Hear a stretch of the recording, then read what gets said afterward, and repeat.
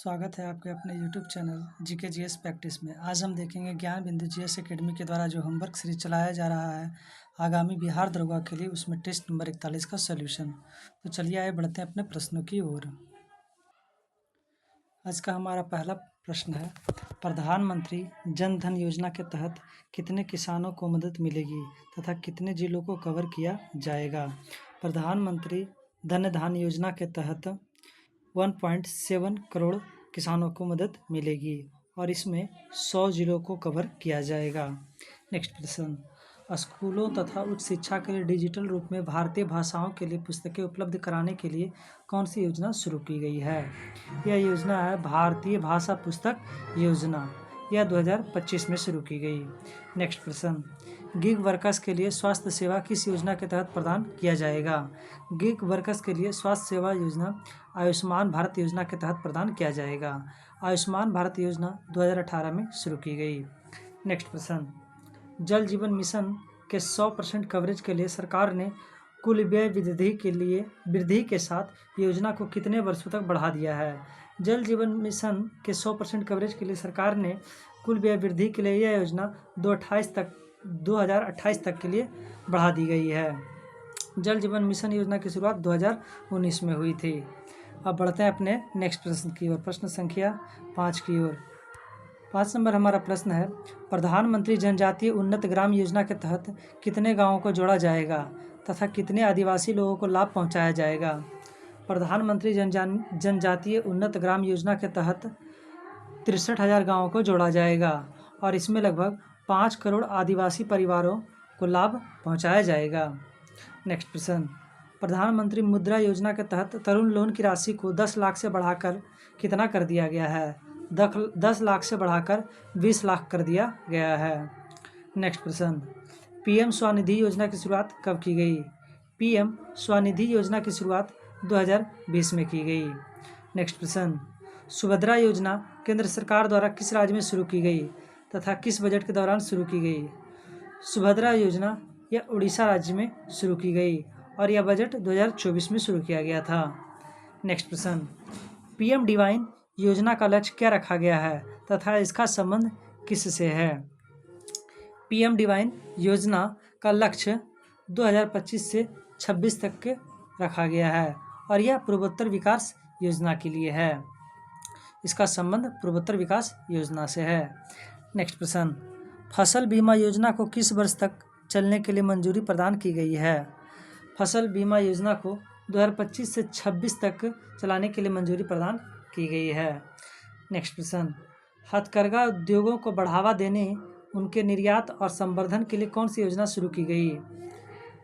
राष्ट्रीय निवल हथकरघा योजना। बढ़ते हैं अपने नेक्स्ट प्रश्न की ओर। पीएम सोलर घर योजना कब शुरू की गई तथा इस पर सरकार कितनी सब्सिडी दी जाएगी। पीएम सोलर घर योजना 2024 में शुरू की गई और इस पर सरकार 40% सब्सिडी देगी। बढ़ते हैं अपने नेक्स्ट प्रश्न की ओर, प्रश्न संख्या 13 की ओर। 13 नंबर हमारा प्रश्न है, पीएम सूर्य घर मुक्त बिजली योजना। पीएम सूर्य घर मुक्त बिजली योजना के तहत कितनी यूनिट मुफ्त बिजली दिया जाएगा तथा सोलराइजेशन के लिए कितने घरों का लक्ष्य रखा गया। पीएम सूर्य घर मुक्त बिजली योजना के तहत 300 यूनिट मुफ्त बिजली दिया जाएगा और सोलराइजेशन के तहत यह 1 करोड़ घरों का लक्ष्य रखा गया है। नेक्स्ट प्रश्न, प्रधानमंत्री गरीब कल्याण अन्न योजना की अवधि को बढ़ाकर कितना वर्ष कर दिया गया है। प्रधानमंत्री गरीब कल्याण अन्न योजना की अवधि को बढ़ाकर 2028 कर दिया गया है। अब रिवीजन सीरीज में देखते हैं। रिवीजन सीरीज में हमारा पहला प्रश्न है, विश्व सरकार शिखर सम्मेलन 2025 यह दुबई में आयोजित किया गया। बिम्स्टेक युवा शिखर सम्मेलन 2025 यह भारत में आयोजित किया गया, गांधीनगर में। नेक्स्ट प्रश्न, G21 2025 की मेज़बानी कौन करेगा। G21 2025 की मेज़बानी दक्षिण अफ्रीका करेगा। नेक्स्ट प्रश्न, G7 शिखर सम्मेलन 2025 का आयोजन कनाडा के द्वारा किया जाएगा। क्वाड 2025 का आयोजन यह भारत के द्वारा किया जाएगा। पूर्वोदय सम्मेलन 2025 यह कोलकाता में आयोजित किया गया। नेक्स्ट प्रश्न, पुस्तक मेला 2025 यह नई दिल्ली में आयोजित किया जाएगा। नेक्स्ट प्रश्न, प्रवासी भारतीय दिवस 2025 यह भुवनेश्वर उड़ीसा में आयोजित किया जाएगा। नेक्स्ट प्रश्न, बेप्स शिखर सम्मेलन 2025 नई दिल्ली में यह आयोजित किया जाएगा। आसियान भारत पर्यटन वर्ष यह 2025 में आयोजित किया जाएगा। अब बढ़ते हैं अपने नेक्स्ट प्रश्न की ओर। इसी में है अगला प्रश्न कि सेगमो त्यौहार 2025 का आयोजन यह गोवा में आयोजित किया जाता है।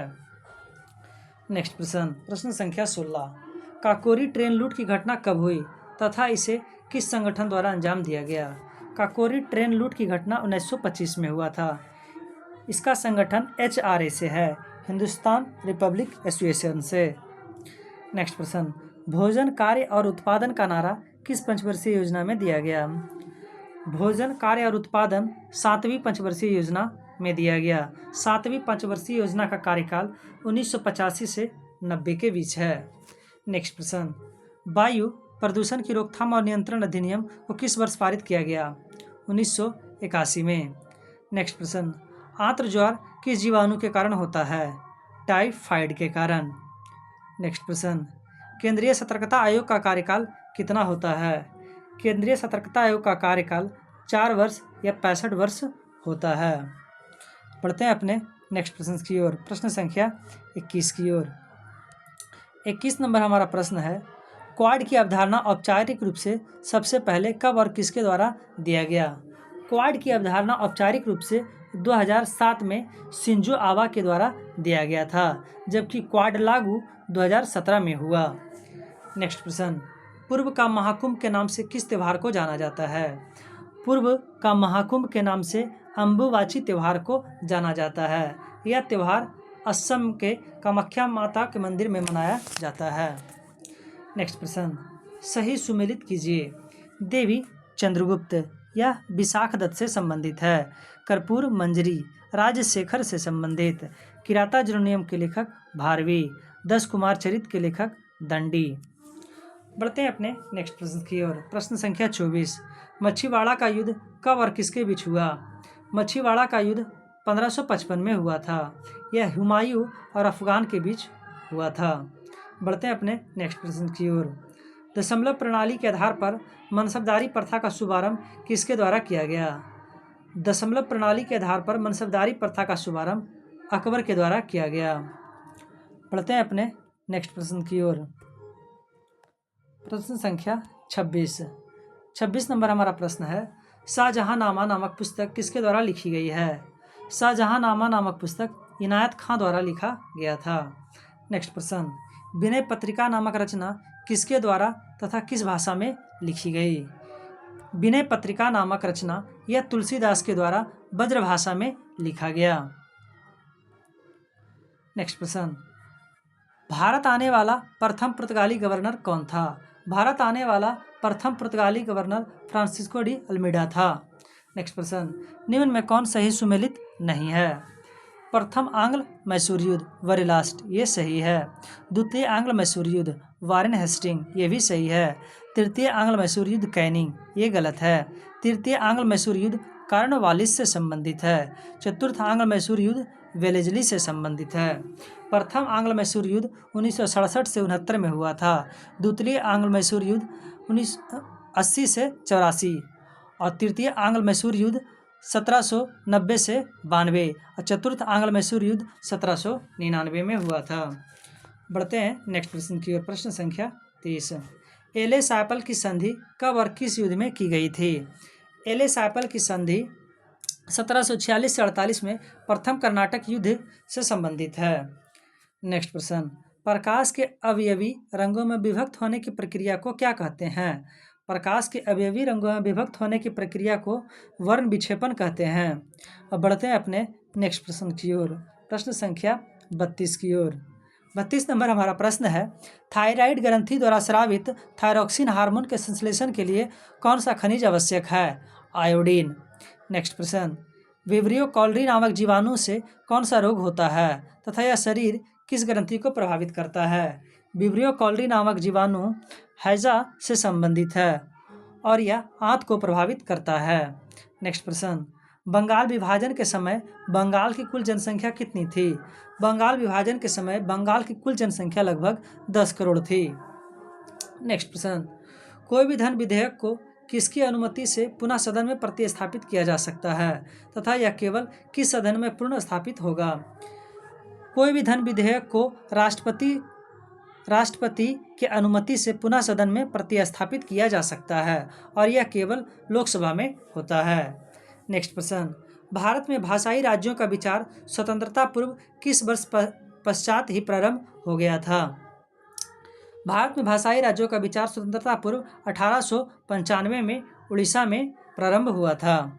बढ़ते हैं अपने नेक्स्ट प्रश्न की ओर, प्रश्न संख्या 37 की ओर। 37 नंबर हमारा प्रश्न है, राज्य विधान परिषद में कुल कितने सदस्य राज्य की स्थानीय स्वशासी संस्थाओं के एक निर्वाचक मंडल द्वारा निर्वाचित होंगे? 1/3। अनुच्छेद 171 में विधानसभा की संरचना के बारे में बताया गया है। बढ़ते हैं अपने नेक्स्ट प्रश्न की ओर, प्रश्न संख्या 38 की ओर। 38 में हमारा प्रश्न है, किस अधिनियम के तहत भारत सचिव को आदेश दिया गया कि वह भारत में महालेखा परीक्षक की नियुक्ति कर सकते हैं? इसका राइट आंसर है मॉन्टेग्यू चेम्सफोर्ड सुधार अधिनियम 1919। नेक्स्ट प्रश्न, किस अधिनियम द्वारा भारतीय मामलों पर सीधा ब्रिटिश नियंत्रण स्थापित किया गया? 1858 का अधिनियम से। नेक्स्ट प्रश्न, बज्जी महाजनपद का संबंध किस राज्य में है तथा यह कितने कुलों में विभाजित था? बज्जी महाजनपद का संबंध बिहार राज्य से है और यह कुल 8 कुलों में विभाजित था। नेक्स्ट प्रश्न, प्रश्न संख्या 41। कौटिल्य ने अपने पुस्तक अर्थशास्त्र में किस जनजाति संघ का उल्लेख किया है? बज्जी संघ का। नेक्स्ट प्रश्न, 16 महाजनपदों में क्रमशः भारत के बाहर उत्तर प्रदेश, बिहार, राजस्थान, मध्य प्रदेश, दक्षिण भारत में अवस्थित महाजनपदों की संख्या कितनी है? भारत के बाहर 2 महाजनपद थी, उत्तर प्रदेश में 8 महाजनपद थी, बिहार में 3 महाजनपद थी, राजस्थान में 1 महाजनपद, मध्य प्रदेश में भी 1 और दक्षिण भारत में भी 1 जनपद था। अब बढ़ते हैं अपने नेक्स्ट प्रश्न की ओर, प्रश्न संख्या 43। 43 नंबर हमारा प्रश्न है, लिच्छवी राज्य पर हर्यक वंश के किस राजा ने विजय प्राप्त की थी? लिच्छवी राज्य पर हर्यक वंश के अजातशत्रु ने विजय प्राप्त किया था। नेक्स्ट प्रश्न, विदेह साम्राज्य की राजधानी कहाँ थी तथा इसका उल्लेख किस वेद से किया गया? विदेह साम्राज्य की राजधानी जनकपुर थी और इसका संबंध यजुर्वेद से था। नेक्स्ट प्रश्न, अंग महाजनपद का उल्लेख किस वेद में किया गया है तथा वर्तमान में इसमें बिहार के कौन से जिले शामिल हैं? अंग महाजनपद का उल्लेख अथर्ववेद में किया गया है तथा वर्तमान में इसमें मुंगेर और भागलपुर जिला शामिल है। नेक्स्ट प्रश्न, हेनसांग ने किस महाजनपद को चेनपो के नाम से वर्णित किया है? चेनपो के नाम से अंग को वर्णित किया गया है। नेक्स्ट प्रश्न, किस महाजनपद की राजधानी चारों ओर 5 पहाड़ियों से घिरी हुई थी? मगध महाजनपद की।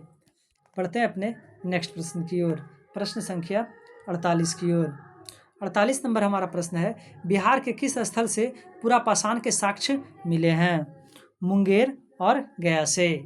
नेक्स्ट प्रश्न, चिरांद और चेचर नामक स्थल का संबंध किस काल से है? नवपाषाण काल से। नेक्स्ट प्रश्न, नवपाषाण युग और कांस्य युग के बीच का संक्रमण काल कौन सा है? नवपाषाण युग और कांस्य युग के बीच का संक्रमणकालीन काल ताम्रपाषाण काल है। इसका राइट आंसर ताम्रपाषाण काल होगा। नेक्स्ट प्रश्न, निम्न में कौन सा स्थल नवपाषाण काल से संबंधित नहीं है? तो इसमें मुंगेर और नालंदा ये दोनों ही नवपाषाण कालीन स्थल नहीं हैं, ये पूरा पाषाण काल स्थल है। बाकी चिरांद, मनेर, चंपा और ताराडी ये सभी नवपाषाण कालीन स्थल हैं। नेक्स्ट प्रश्न, बिहार के सारण जिले में गंगा नदी के उत्तरी तट पर स्थित एक पुरातात्विक स्थल कौन सा है? चिरांद। नेक्स्ट प्रश्न, अंग महाजनपद को किस शासक द्वारा मगध में मिलाया गया तथा अंग का अंतिम राजा कौन था? अंग महाजनपद को बिंबिसार के द्वारा मगध में मिलाया गया, जबकि अंग के अंतिम राजा ब्रह्मदत्त थे। नेक्स्ट प्रश्न, किस महाजनपद में प्रतिनिधियों की एक निर्वाचित विधानसभा भी थी? वैशाली में। नेक्स्ट प्रश्न, अंग महाजनपद की राजधानी क्या है तथा वह बिहार के किस जिले से मेल खाती है?